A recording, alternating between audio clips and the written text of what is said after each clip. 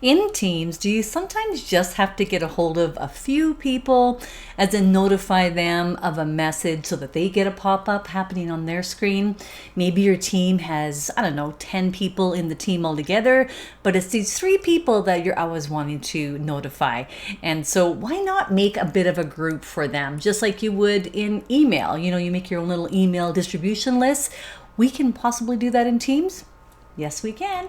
And we can do that with tags. So let me show you how that works. Let me show you how to use tags, how to manage them, and also a little bit into who can really get access to them. So let's dive in and check it out now. So I'm going to go to the 3 dots on the left side here. And in the menu here, I could go to Manage Team or Manage Tags. I'm just going to go to Manage Tags.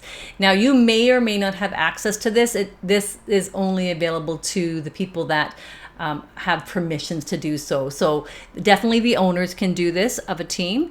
Sometimes the members of a team can do so if the owners of the team are giving them permission to do that. So you can try it and see if it's in your menu. So if I go Manage Tags, you'll see I have a number of tags already. Head Instructors. If I click on that, I've got 2 people assigned.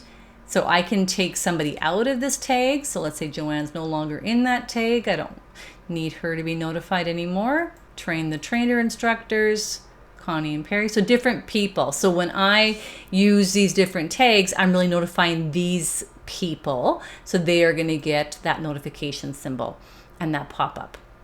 And then marketing is just Ashley. Let's add somebody to marketing here. So if I go to the little pencil, this will let me add another person in here. We'll move Joanne to marketing.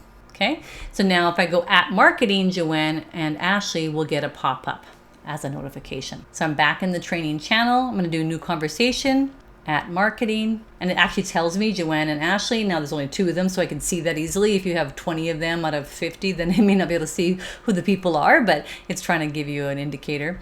So I'm hitting the tab key. Okay, so they'll get a pop-up. Now, keep in mind, even though I'm tagging people or tagging the channel or tagging the people individually or as a group or as a channel, everybody in the team will still see whatever I've typed here.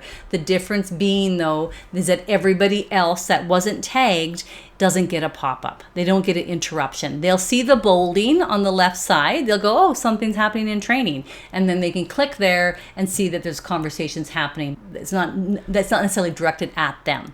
So just know that these aren't private. These are just your way of minimizing who you're interrupting with information. And hopefully as well, you're maximizing people's ability to find what they need to see more quickly because you've tagged them in the correct way. You've mentioned them in the correct way. Now I'm going to show you, and this is really going to be only some of you that can do this, but I'm going to go to the 3 dots and show you from Manage Team where the tag stuff really happens. So if I go Manage Team, and then if I go to Settings, Tags is at the bottom here. This is where I can, as a team owner, I can say team owners and members can create tags, or only the team owners can create tags. So that's something for you to consider as to what makes sense here, because you don't want everybody making tags. You want people, if you are going to make tags, please, take a look at the team tags already that exist so that you don't